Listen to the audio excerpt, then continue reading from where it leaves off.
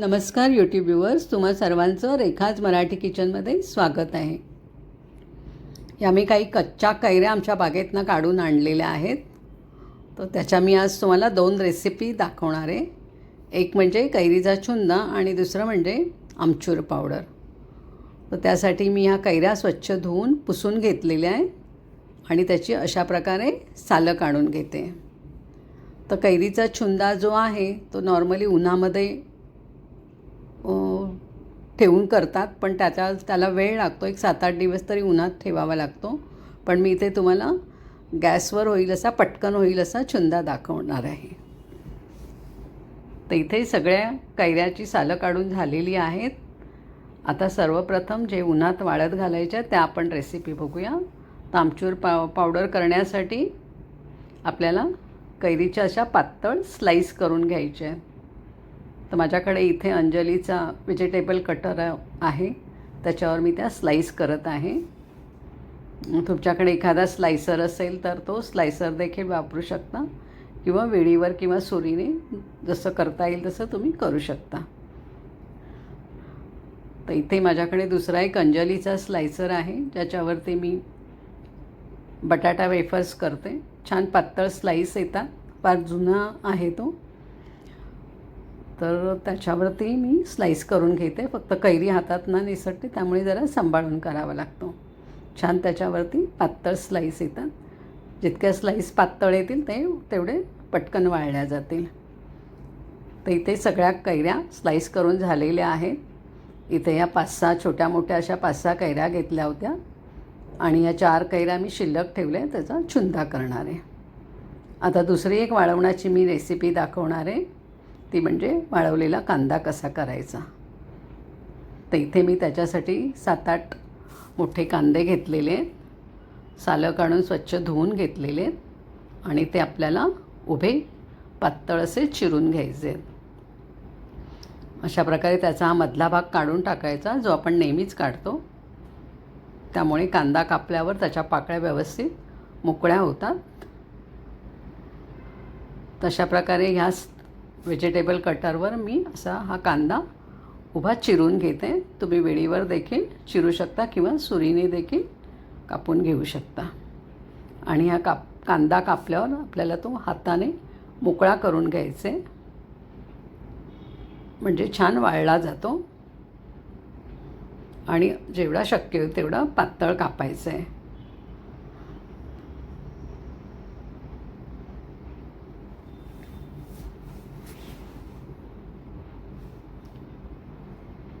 मधला भाग काढल्यामुळे कांद्याच्या पाकळ्या अशा व्यवस्थित वेगळ्या होतात, कांदा व्यवस्थित मोकळा होतो. तर इथे सगळे कांदे चिरून तयार झालेले आहेत. आता हे आपण उन्हामध्ये वाळत घालूया, त्याच्यानंतर चुंद्याची रेसिपी बघूया.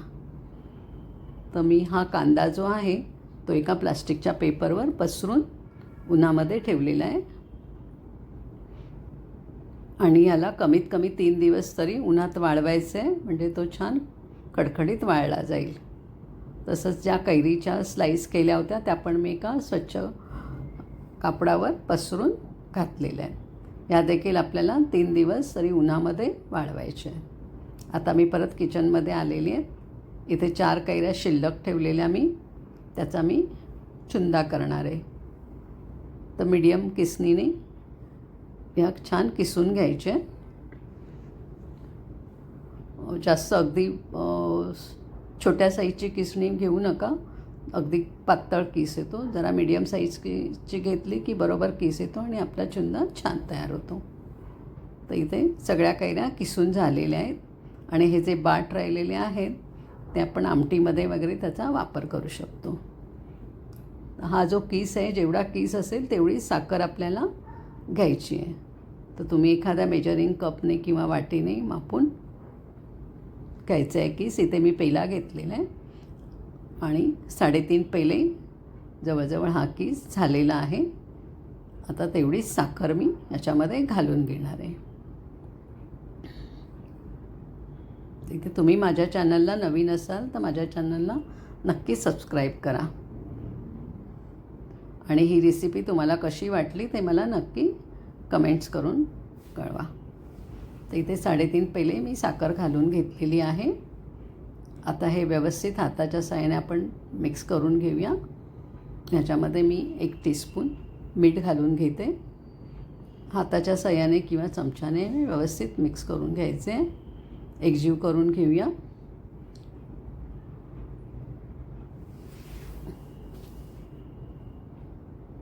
आता हे मिश्रण आपल्याला झाकून अर्धा तास तसंच ठेवायचे आहे.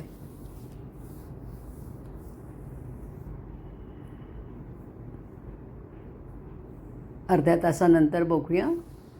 इथे साखर पूर्ण विरघळली गेलेली आहे, त्याला पाणी सुटलेलं आहे भरपूर. आता जेव्हा उन्हामध्ये हा चुंदा करतात तेव्हा याच्यावरती एखादा पातळ फडकं बांधून तो उन्हामध्ये ठेवतात. 7-8 दिवसात ते घट्ट होतं. परंतु आपल्याला आता एवढा वेळ नाही आहे, तर मी हा गॅसवरच करत आहे. मीडियम टू कमी गॅसवर हा आपल्याला शिजवून घ्यायचा आहे. जवळजवळ 30 ते 35 मिनटं आपल्याला हा चुंदा शिजायला वेळ लागतो. इथे 10 मिनटानंतर बघा तुम्ही छान उकळी आलेली आहे. ढवळत राहायचं आहे. मध्ये मध्ये ढवळलं तरी चालेल, पण मध्ये मध्ये तुम्ही ढवळत असाल तर गॅस मंदच ठेवा आणि गॅस जर मीडियम ठेवला तर सतत ढवळत राहा. पुढच्या 10 मिनटामध्ये चुंद्याला बघा चकाकी आलेली आहे. थोडा त्याचा रंग देखील बदललेला आहे, परंतु अजून हा पातळच आहे. चमच्यातनं असा खाली पाडला तर पाण्याचे थेंब दिसत आहेत. अजून एक 10 मिनटं आपण शिजवून घेऊया.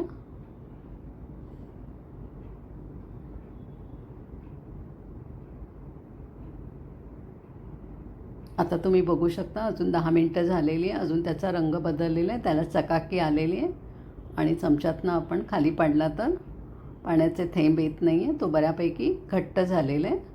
आता आपण गॅस बंद करून घेऊया.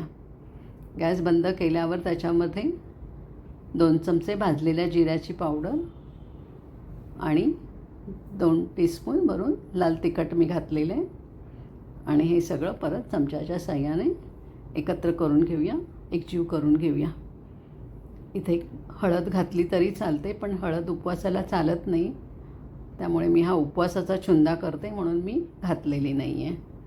तुम्ही बघू शकता किती छान कलर आलेला आहे. आपला चुंदा छानपैकी तयार झालेला आहे. चुंदा थंड झाल्यावर बऱ्यापैकी घट्ट होतो. एवढा घट्ट झाला पाहिजे की तो वाढते वेळी चमच्यातनं खाली पडला पाहिजे. हा एका स्वच्छ काचेच्या बरणीमध्ये भरून ठेवूया. मी इथे प्लास्टिकची बरणी गेली कारण तो मला मुंबईला कॅरी करायचं आहे म्हणून मी प्लास्टिकची बरणी घेतली आहे, पण तुम्ही शक्यतो काचेच्या बरणीमध्ये भरून ठेवा. 6 महिने फ्रीजच्या बाहेर देखील हा चांगला राहतो. तर इथे असा छान असा आपला चुन्ना तयार झालेला आहे. आता आपण कांदे बघूया. 1 दिवसानंतर कांदा छान आकसला गेला आहे. एकच ऊन दिलेलं आहे त्याला. मी त्या पेपरवरनं काढून ताटामध्ये पसरून घातलेलं आहे. तसेच कैरी पण मस्त आकसली गेलेली आहे, थोडी ड्राय झालेली आहे, ती पण मी ताटामध्ये काढलेली आहे. अजून यांना 2 दिवस ऊन देणार आहे. 2 दिवसाच्या उन्हानंतर कैरी बघा छान एकदम कडकडीत वाळलेली आहे. अगदी आमचूर पावडर करण्यासाठी एवढी कैरी वाळलेली हवी. मिक्सरच्या भांड्यामध्ये घालून त्याची बारीक पूड करून घेऊया. छान अशी पूड तयार होते आणि आपली इथे आमचूर पावडर तयार आहे, पण त्याच्यामध्ये थोडे जाडसर भाग राहिलेला आहे, तर आपण ते चाळून घेऊया.